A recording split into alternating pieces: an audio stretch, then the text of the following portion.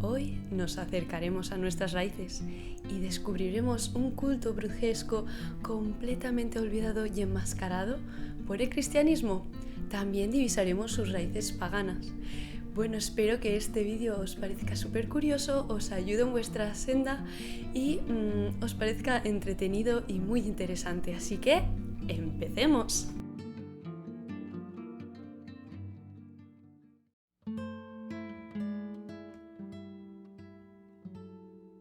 La Noche de las Almas es la verbena de Todos los Santos y existe la extendida creencia de que era en esta noche cuando las almas visitaban el mundo de los vivos, y entre estas almas estaban las almas del purgatorio. El purgatorio, según la religión cristiana, era un tipo de espacio liminal en el que iban a parar las almas que habían pecado pero que podían ser salvadas. Era un lugar para purificarse un tiempo de esos pecados y resolver esos asuntos pendientes que las almas pudieran tener. Estas almas necesitan ser recordadas y por eso hay toda una tradición de hacer plegarias, ofrendas, rezos a estas entidades, y esas almas que hayan recibido esos rezos, todo esto de personas, son aquellas que tendrán la posibilidad de pasar al cielo. Podéis ver que en muchos pueblos, en muchos lugares de toda España hay dulces tradicionales de todos los santos, como por ejemplo aquí en Valencia tenemos els ocells de sant, o sea, los huesos de santo, els panellets y los buñuelos de viento. Pues todos estos dulces tradicionales eran aquellos que se ofrendaban a estas almas del purgatorio como parte de un rito para que pudieran pasar al más allá. A cambio de todo esto, las almas pueden ayudar a los vivos. ¿Y en qué nos pueden ayudar? Por ejemplo, pues nos avisan de los peligros, cuidan también a nuestros familiares de los peligros, nos ayudan a encontrar cosas perdidas. En muchos lugares costumbre hacer procesiones con velas o con fanales, que son los fanales típicos de todos los santos. Estos en un principio no eran las calabazas que conocemos, sino que eran hechos por nabos y provienen de la tradición celta. Allí en Irlanda los celtas pues cultivaban muchos nabos y era una materia prima que abundaba bastante. Cuando emigraron hacia América, cuando no habían nabos, porque es que allí no había nabos en aquel entonces, cogieron las calabazas y también, al ser de más fácil tallado, pasaron a elaborar estas lámparas tradicionales de los nabos a las calabazas. Y hay una variación muy particular de este rito que sucede, por ejemplo, en mi pueblo, que estos fanales se tallan en melones y en verano. Yo no sabía que eso tenía relación con el culto de los muertos hasta que recientemente me puse a investigar. Vi que estos fanales eran dedicados a San Jaume, que es uno de los santos que el cristianismo relaciona con el culto de las almas. San Jaume era asociado con el culto a los muertos porque la mayoría de sus milagros se debían a que salvaba a la gente devota de la muerte, por lo que es un santo que guiaba las almas hacia el purgatorio o hacia el cielo. También quiero recordar, es algo que yo creo que ya todos sabréis, pero no está de más recordarlo, que las oraciones, los cánticos, las hogueras tenían la finalidad muchas veces de acompañar y iluminar a las almas en el camino a regreso al hogar para visitar a sus familiares o hacia el cielo en la iconografía cristiana. Y después de todo esto de encender las velas, de hacerle las ofrendas y todo, las almas recuerdan quién se ha acordado de ellas, y eso lo tendrán en cuenta también para guiarle en los momentos más oscuros. Mi buen amado Enric Valor nos da una descripción de estas almas del purgatorio en una de sus leyendas, Les Animetes, que ahora os voy a recitar.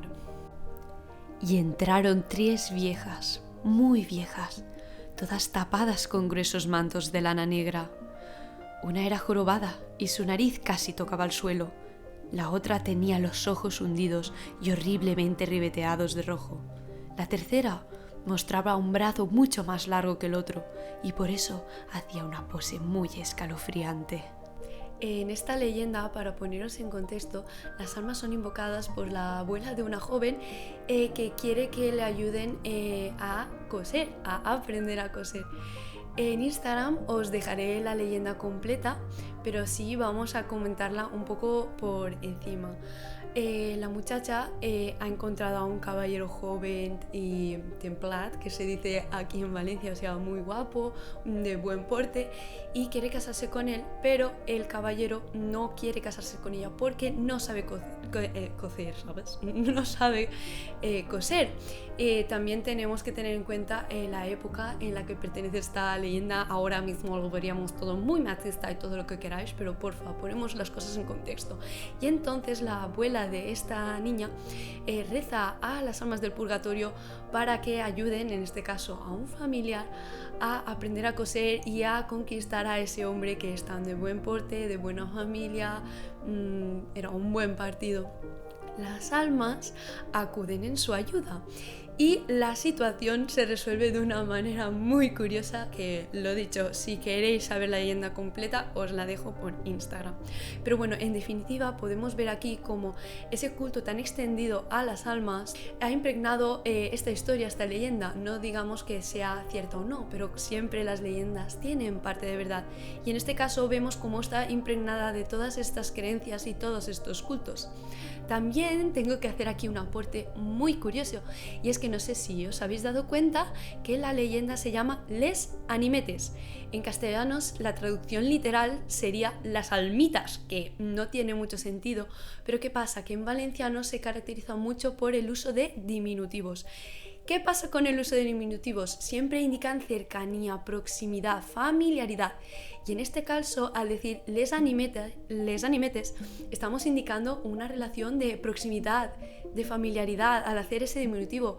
Cosa que también nos indica, como ya hemos dicho, que era un culto muy extendido, muy practicado, que no era nada ajeno a ellos y era algo del día a día, como puede ser, pues comer.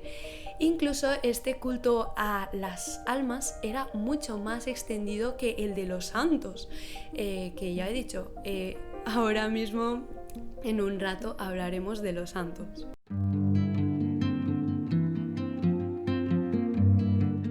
Hay un calendario para recordar a las almas de los difuntos. No se limita solo este culto y este recordatorio y esta práctica a todos los santos, sino que también se extiende a finales de año, o sea, el Cap d'Any, no sé cómo se dice en castellano, Nochevieja creo, y también se les rendía culto en Navidad. Fíjese que es fechas muy destacadas de la mitad oscura del año, pero también tenemos otras fechas como es la Candelaria o la Semana Santa. Y aquí voy a hacer un apunte muy interesante, y es que esto nos viene también del paganismo romano, y es que tenían unas fiestas muy curiosas. Por ejemplo, en febrero y coincidiendo con la Candelaria, tenían las fiestas de Paternalia, en la que se rendía culto a los muertos familiares. Estos se llamaban manes y eran espíritus de los antepasados. Ya no estábamos hablando de las almas del purgatorio que estábamos hablando anteriormente, sino que ahora pasamos a estos espíritus familiares, más de consanguinidad. Luego, por Semana Santa, bueno, en mayo, coincidiendo con Pascua, tenían las lemurias, que eran dedicadas a las almas en pena malignas que vagaban por el mundo, y ellos las llamaban lémures. Los romanos tenían un ritual hacia estas almas, y es que lanzaban legumbres que los lémures se comían y los dejaban en paz. Esto recuerda mucho a los rituales que se hacían con los duendes o seres feéricos, pero en este tiene un matiz especial, y os voy a contar un poco este ritual tan curioso. El poeta Ovidio nos relata este ritual en sus Fasti. A medianoche se levanta el padre, marcha con los pies descalzos y chasca el pulgar con los otros dedos para ahuyentar a los fantasmas. Se lava 3 veces las manos en una fuente, introduce en su boca habas negras que luego tira detrás de sí diciendo 9 veces: «Yo tiro estas habas, con ellas me rescato a mí y a los míos». Sin volverse hacia atrás, toca otra vez el agua, hace sonar un objeto de bronce y pide a la sombra del difunto que salga de su casa diciéndole 9 veces: «Manes de mis padres, salid». Quiero hacer aquí otra vez un pequeño apunte, y es que no sé si os habéis dado cuenta de que todo el rato repite los gestos 3, 9 veces, los gestos, oraciones, y es que el 3 y el 9 era muy extendido en Roma como un número mágico. Si queréis que os haga un vídeo o os explique también esto, pues me lo decís y también puedo hacer un vídeo al respecto. Y nada, continuemos.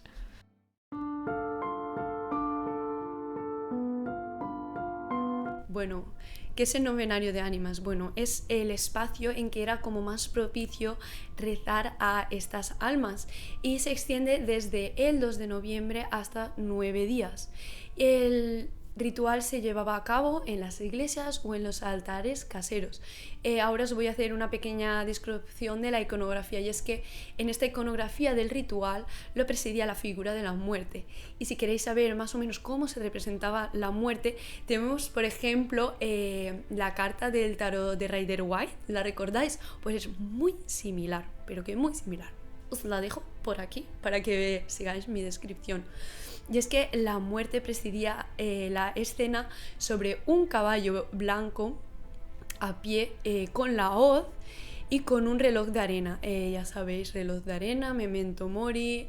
Por ejemplo, en otra leyenda de mi tierra, el correo de las almas, que cuenta básicamente cómo un muchacho se aprovecha de todas estas creencias en torno al culto de las almas para vender velas y candelas y todo esto.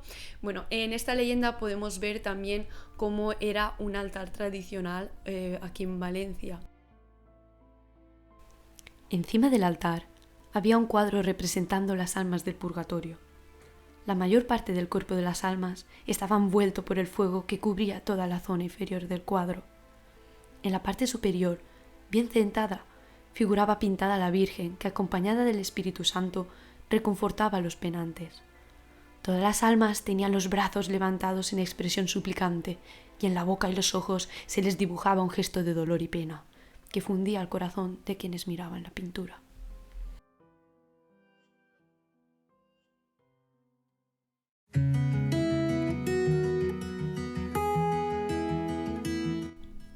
Además del novenario de Semana Santa, de Todos los Santos y toda la parafernalia, el santoral cristiano contaba con unos divertidos seres que se relacionaban con el culto de las almas. Son varios santos. Ya hemos nombrado uno de ellos, que era San Jaume, referido a los fanalets de Meló, que se hacen en mi pueblo. Aparte de este hay 4 santos más, pero no voy a nombrarlos todos porque es que me gustaría nombrarlos, contar sus raíces paganas, el por qué se relacionan con el culto de las almas, pero el vídeo se haría larguísimo. Entonces, si queréis un vídeo aparte en que cuente cuáles son estos santos cristianos relacionados con las almas y sus raíces paganas, pues me lo dejáis por comentarios. Vuestros deseos son órdenes.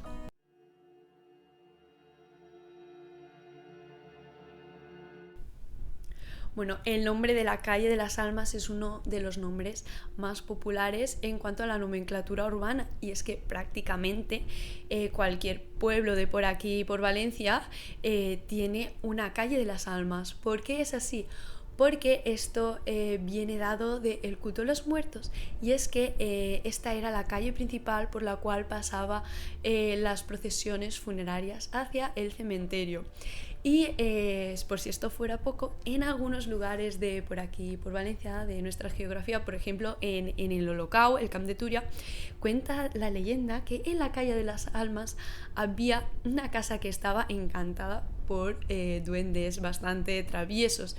Los duendes son criaturas muy recurrentes, pero que muy recurrentes en el folclore valenciano, y suelen encantar las casas y hacer muchas travesuras. Nuevamente, no es por hacer spam, pero en mi cuenta de Instagram tengo una leyenda muy curiosa sobre los duendes de Ñáquera, que es muy curiosa, podéis verlo en la sección de bestiario valenciano. Bueno, he intentado hacer un vídeo así corto, un vídeo ameno, espero que os haya parecido interesante. Yo creo que os he dado algunos apuntes interesantes, por ejemplo, el apunte de los fanales de melón, creo que eso no lo conoceríais. No sé también si conocíais que hay santos cristianos que están dedicados al culto a los muertos, que también han sido cristianizados. Por ejemplo, tampoco sé si sabíais lo de la calle de las almas. Y pues nada, esto es lo que he preparado para vosotros ahora que estamos en Todos los Santos. Y nada, nos vemos en el próximo vídeo. Adiós.